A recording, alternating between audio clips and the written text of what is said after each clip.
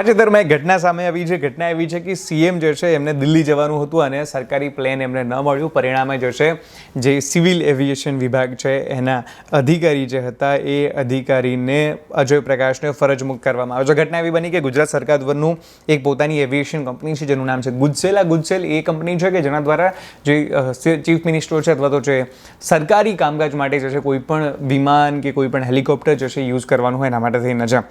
તો આની પહેલાં પણ એકવાર એવું થયું હતું કે ગુજસેલમાં વિમાનમાં ખામી હતી એટલે સીએમને ખાનગી ફ્લાઇટમાં જે છે દિલ્હી જવું પડ્યું. ફરી વાર એવું બન્યું છે કે જે સીએમને વિમાનની જરૂર હતી પણ વિમાન જે છે મળી ન શક્યું. સીએમને લાઉન્જમાં બેસી રહેવું પડ્યું અડધો કલાક અને છેવટે ખાનગી જેટમાં જે છે એમને જવું પડ્યું. અને ખાનગી જેટમાં પણ જગ્યા એટલી બધી હતી નહીં કારણ કે પ્રાઇવેટ જેટ હતું, કોઈ ઇકોનોમી વિમાન તો હતી નહીં, ઇન્ડિગોની ફ્લાઇટ તો હતી નહીં.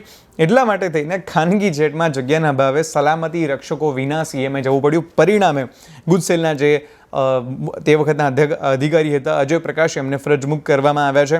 એમની સ્થાને ડૉક્ટર ધવલ પટેલ IAS એમને જે છે આ વધારાનો ચાર્જ સોંપવામાં આવ્યો છે.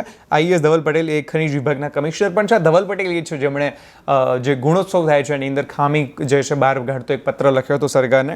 હવે સમાચાર એવા પણ મળ્યા છે કે આ જે ગુજસેલ છે એની અંદર અત્યાર સુધી ઘણી બધી બાબતો આવી છે. અધિકારી હતા જેમણે પોતાના પર્સનલ યુઝ માટે થઈને પણ આ વિમાનોનો ઉપયોગ કર્યો હતો. તો જે ગુજસેલ છે એની અંદર એક આ નવી ઘટના સામે આવી છે.